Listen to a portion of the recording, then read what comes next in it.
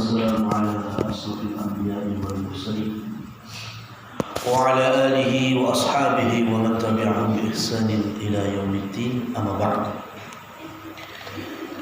Para jamaah muslimin muslimat rahimani wa rahimakumullah.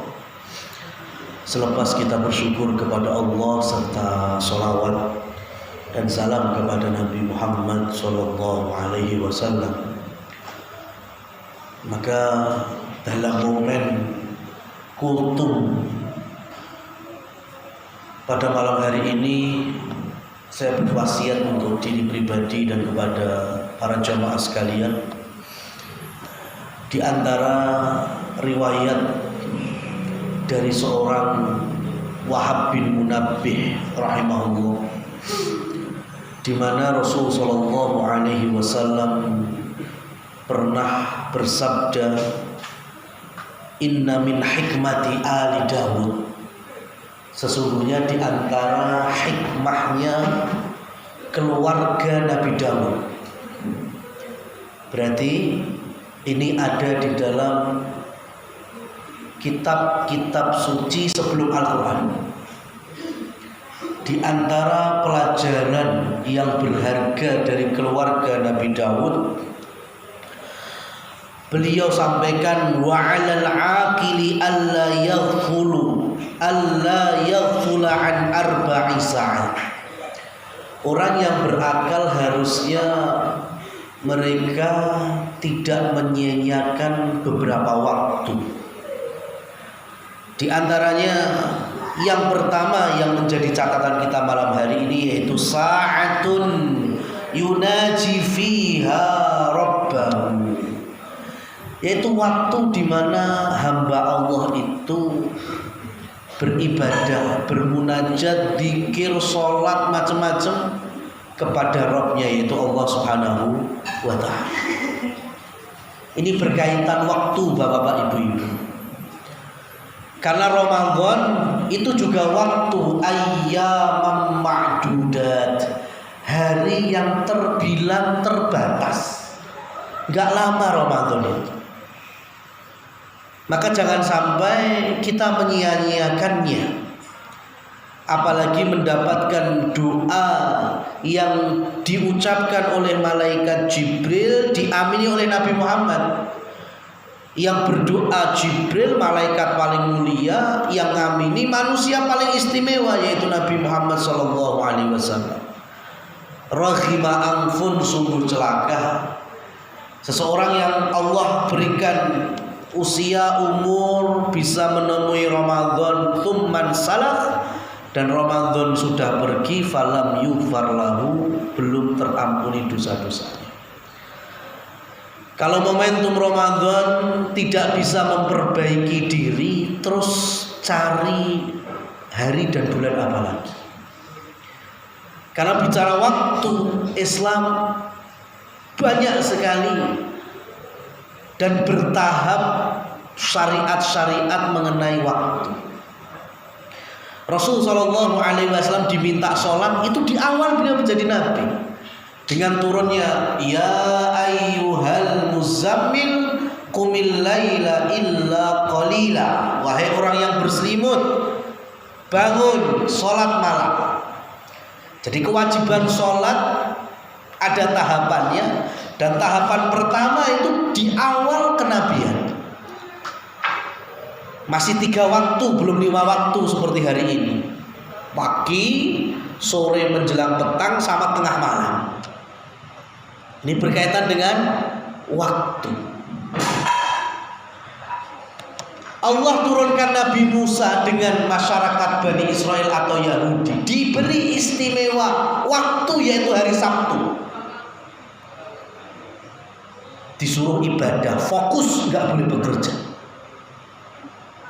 Padahal masyarakat Bani Israel rata-rata nelayan di pesisir, dan Allah takdirkan ikan paling banyak hari Sabtu.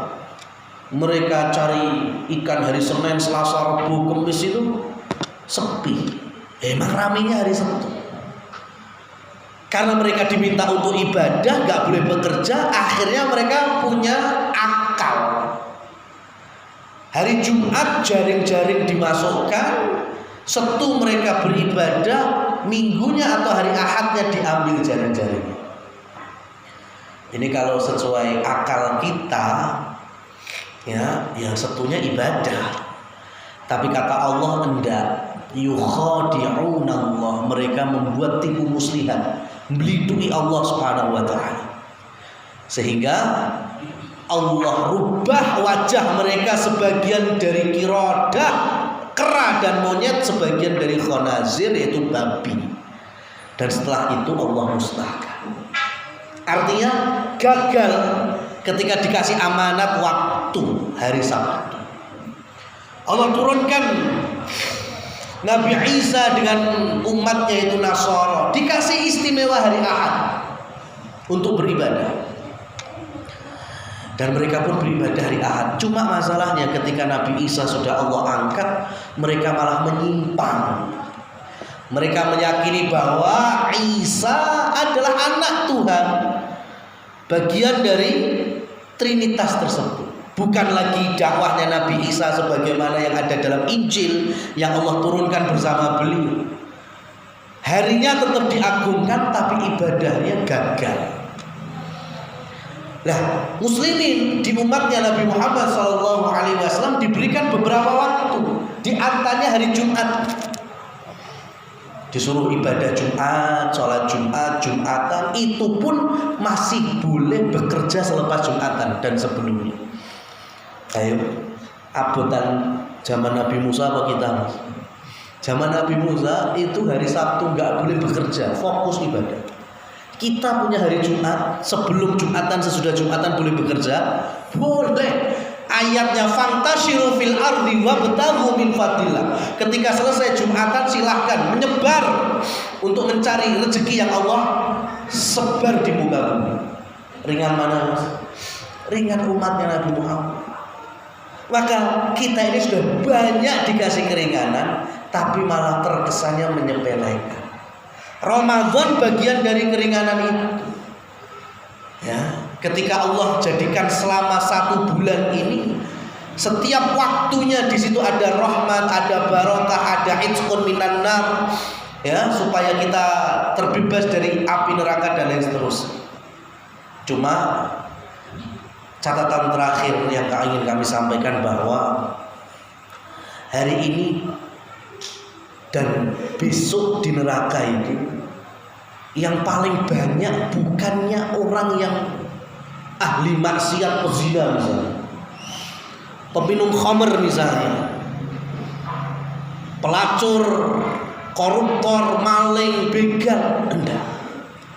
Yang paling banyak mengisi neraka Allah adalah orang yang salah paham di dalam agama. Ini yang dikenal dengan syubhat. Rasane bener, tapi ternyata salah.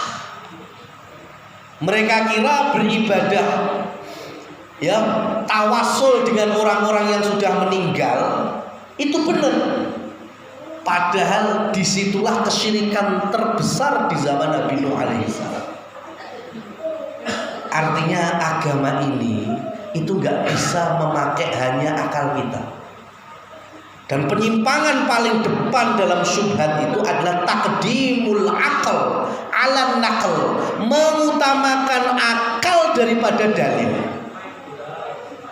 Nyapa to dadak ibadah nang masjid, ruku, sujud. Ya, alah neraka iki ora yukur dhewean, mesti akeh koncone.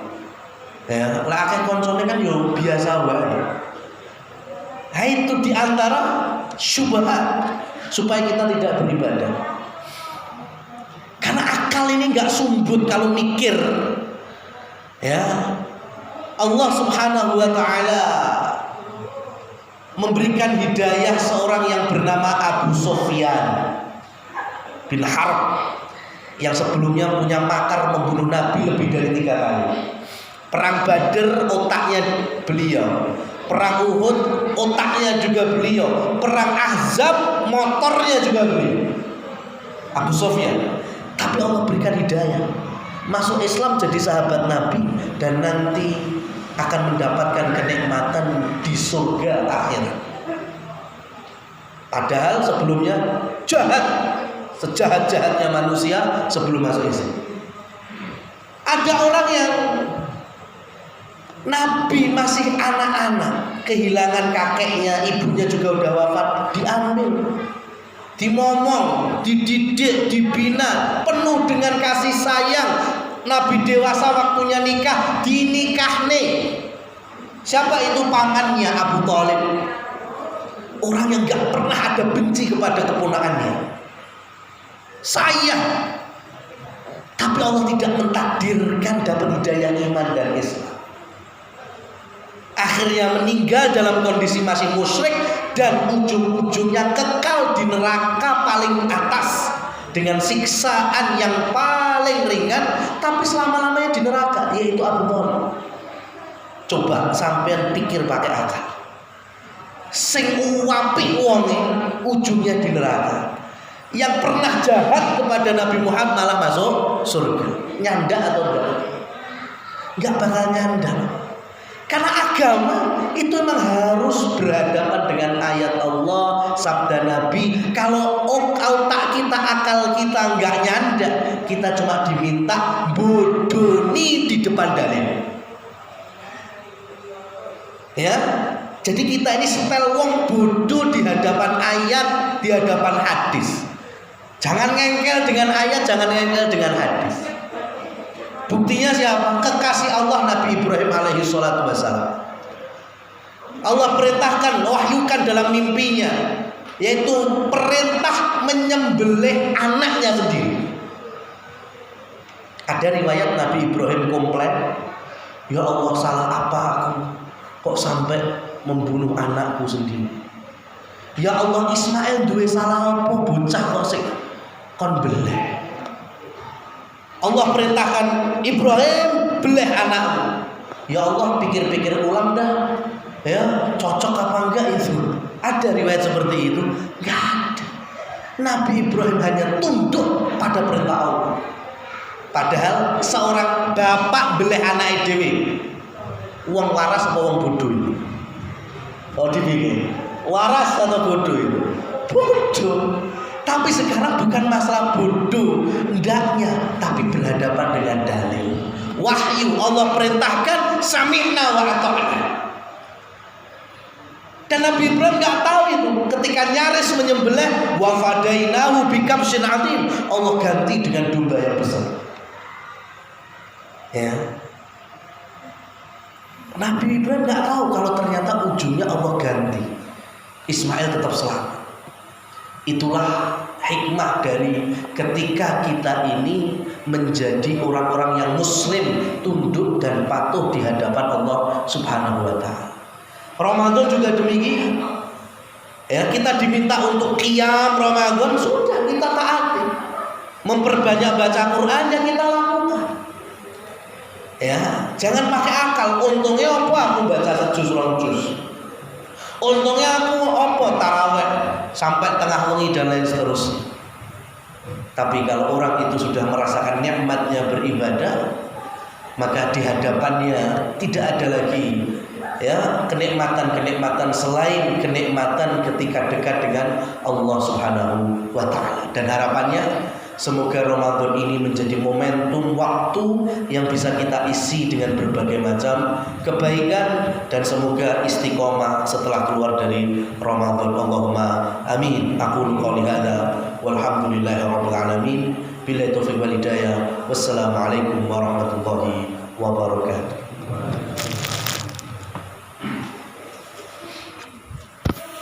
Sawu subuhakum fa inna tasbihata subuhi tamalus shalah. Monggo dipenuhi soknya yang masih kosong.